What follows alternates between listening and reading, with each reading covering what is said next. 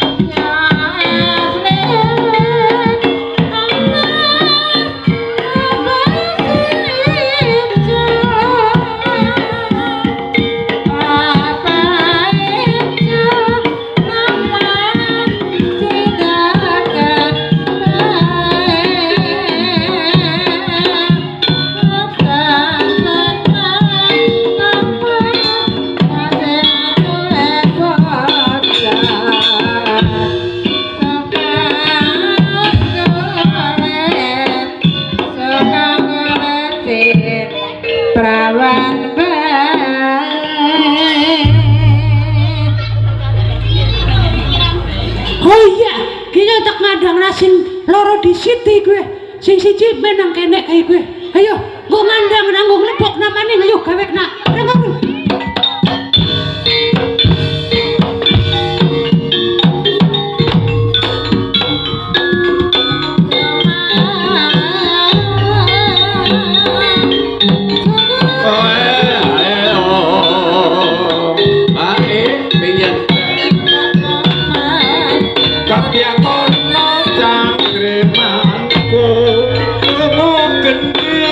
Kodril banyu masan noto papat yana kang becik kang detek puja putih mereka harjo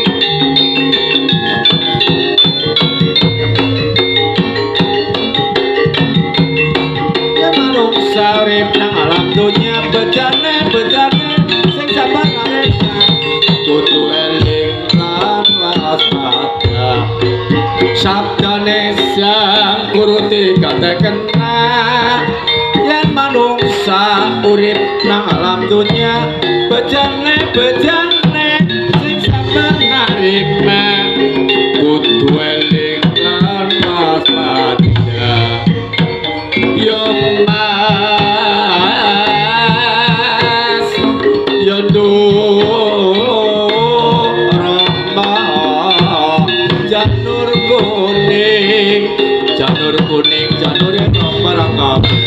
geger.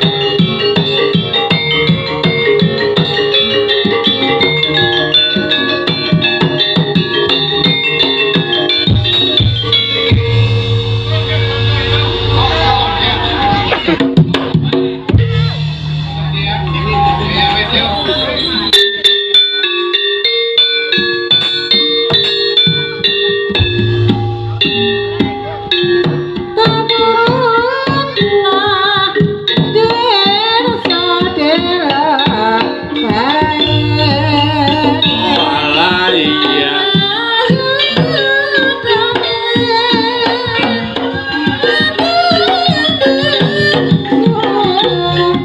Ono apa piye?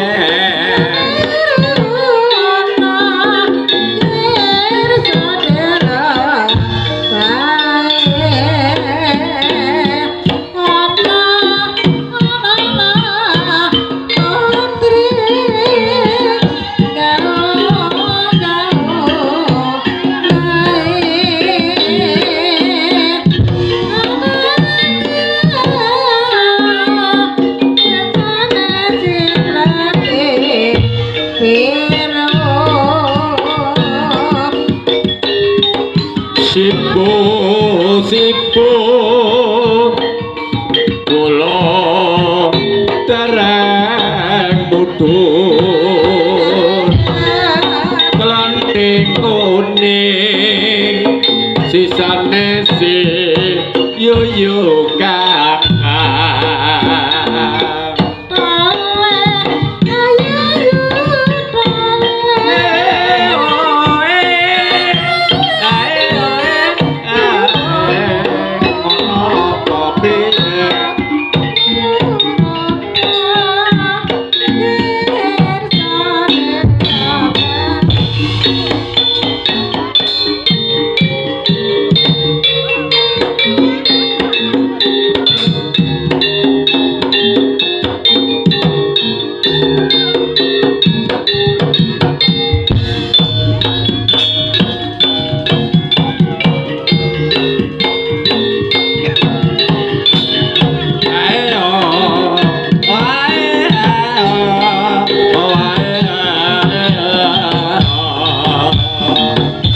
Janur kono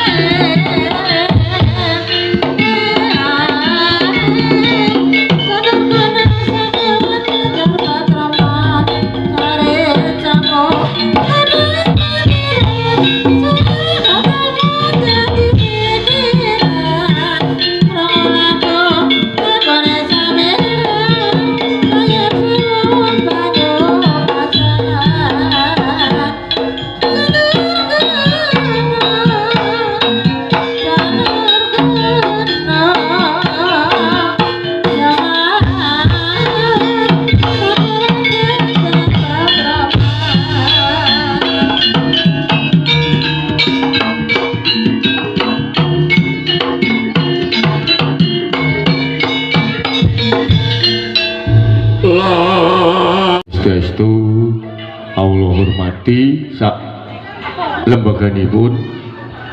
Mugi katur wonten pangarsanipun Songsong Agung pangembat ing praja wonten ing Desa Sampang utawi bebundeling Desa Sampang pripun Bapak Kades sak jonjang perangkatipun boten kawula sebat setunggal miwas setunggal kawula sampyong kemawon ingkang saestu ingkang kawula hormati. Wonten pangarsanipun sesepuh bini sepuh aji sepuh dalah kasepuhan ingkang mapan wonten ing Desa Sampang Grumbulipun Purwa ingkang kawula sowangi ingkang saestu kawula bekteni. Mugi katur wonten pangarsanipun pemuda lan pemudi hangra angsip ugi ingkang kawula hormati piyambakipun ngemban dawuh tugas ngayahi pakaryan wonten ing Desa Sampang menika supados ngamanaken arena panggung mriki kang sawetara pentas wonten ing kesenian menika Wahyu Turangga Putri ingkang dipun pimpin utawi dipun dalangi kalebetipun Kang Mas kula sarengkit. Pangapunten sanget menika kawula supados ngelarapaken menika sedulur kula wadon panjenengan Ibu Rani anggenipun lekara rumiyin menika kagungan wiraos utawi ngrembelu ibaratipun itu sampun dumawah wonten ing Siti Bantala kaseksan kiblat sekawan hawa sekawan gangsal pancer dipun sukseni sedaya kala pangandikanipun. Dados dinten sakmenika badhe dipun lebari utawi dipun ujari anggenipun pangandikan ngrembelu sakjroning kendel. Nuwun pangapunten menika Ibu Rani menika pasang wilujengan utawi pasang sesaji menika nomor sepindah Klauso Bantal nomor kaping kali beras kuning kupat luar. Dados menika uang arto reretsean menika sampun dipun aturaken utawi bar resik para leluhur ugi leluhur ingkang sumareh lantas jumeneng ingkang sampun sumare dipun suwun sawa pandonganipun ingkang sampun tasih jumeneng dipun suwun ikhlas utawi pembantuanipun. Rikala semanten panjenengan Ibu Rani kagungan wiraos menika pasang sekar setaman sesaji menika Kloso Bantal tegese kloso utawi bantal menika ngrasakaken penyebut Ibu Rani anggenipun pangandikan ngantos dumugi akhir menika dipun sekseni kiblat sekawan gangsal pancer ingkang sareng babar sapertapan redene menika batalaken anggenipun Ibu Rani anggenipun pangandikan ngantos mangandikan sakjroning kendel menika dados kloso niku gelar sedaya kala wau dipun gelar kalian Ibu Rani napa ingkang dados pangunek-unekipun. Wonten malih menika saking beras kuning. Beras kuning werdinipun panjenenganipun Ibu Rani anggenipun pangandikan sakjroning kendel menika ngeningaken anggenipun pangandikan kapan dipun mulai kapan dipun leksanani anggenipun kawula pangandikan utawi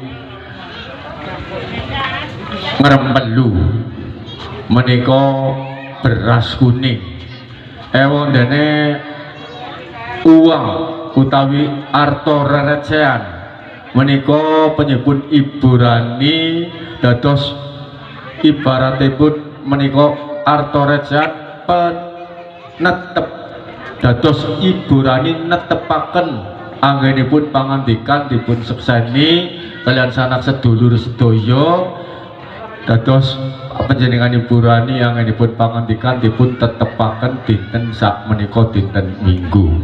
Kupat luar menika anglebari panjenenganipun Ibu Rani anggenipun pangandikan dipun lebari dinten sak menika. Menika anggenipun ngaturaken kalian panjenengan sami Ibu Rani sak mangke badhe dipun tulakipun. Menika ngaten pangandikane Ibu Rani kalian ingkang putu ingkang asma Rizki. Walah bocah putuku kowe kenangan mriyang bae ngesuk angger mari tek tanggapna ebek Pak Rasikin. Alhamdulillah ingkang keteban sampur menika nggih rikala riyin ngrembelung ngoten niku. Alhamdulillah Pak Rasikin ingkang nglampahi. Mekaten nggih sedulur nggih. Kawula badhe anulaki menapa ingkang dados sawat sarane utawi sukertane penipun Ibu Rani kalian Kak Nakmas Rizki. Bismillahirrahmanirrahim. Briduri Raja Datan Soleman ana durga semandalika lor sira mabure kidul nucuk loro larane si jabang bayi Rizki diguang nang segara lor ditinggal seger warase.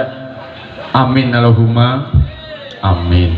Bismillahirrahmanirrahim. Briduri Raja Datan Soleman ana durga semandalika kidul sira mabure ngalor arep mampir nang desa Kedu nang desa Sampang ana ing Grumbul Purwa mampira nucuk loro larane si jebeng bayi Riki dingguang mulun tinggal seger warase.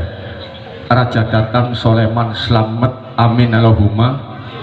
Bismillahirrahmanirrahim. Briduri Raja Datan Soleman kulon ana durga semandalika kulon sira mabure ngetan nucuk loro larane si jebang bayi ginuang ngetan parane ditinggal segel warase tata basuki slamet genebuk sang alugara. Amin Allahumma amin. Bismillahirrahmanirrahim. Briduri Raja Datan Soleman ana durga semandalika wetan sira mabure ngulon nucuko larane si jebeng bayi Rizki ginuang segara kulon tata basuki slamet ginebuk sang alugara tata basuki slamet. Amin Allahumma amin ya rabbal alamin. Nini Larasati kaki Larasati aku njaluk damar sejati ora ana damar sejati anane biar sak pucuke ngati. La ilaha illallah, la ilaha illallah, la ilaha illallah. Tuh bila setan.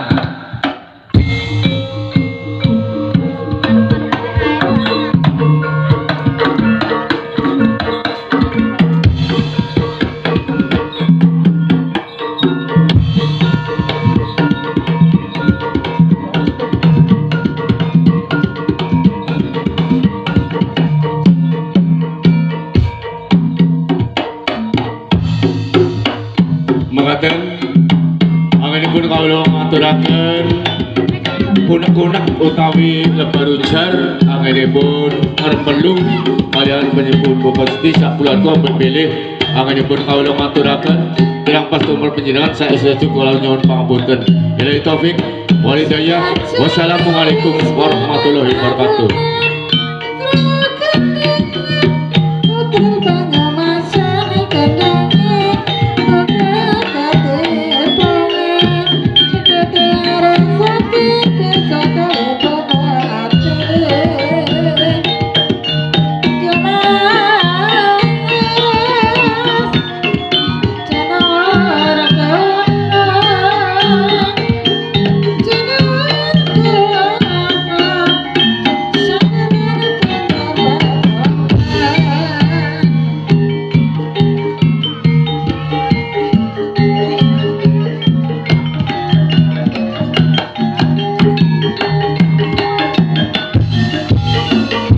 Kabupaten para bapak sahabat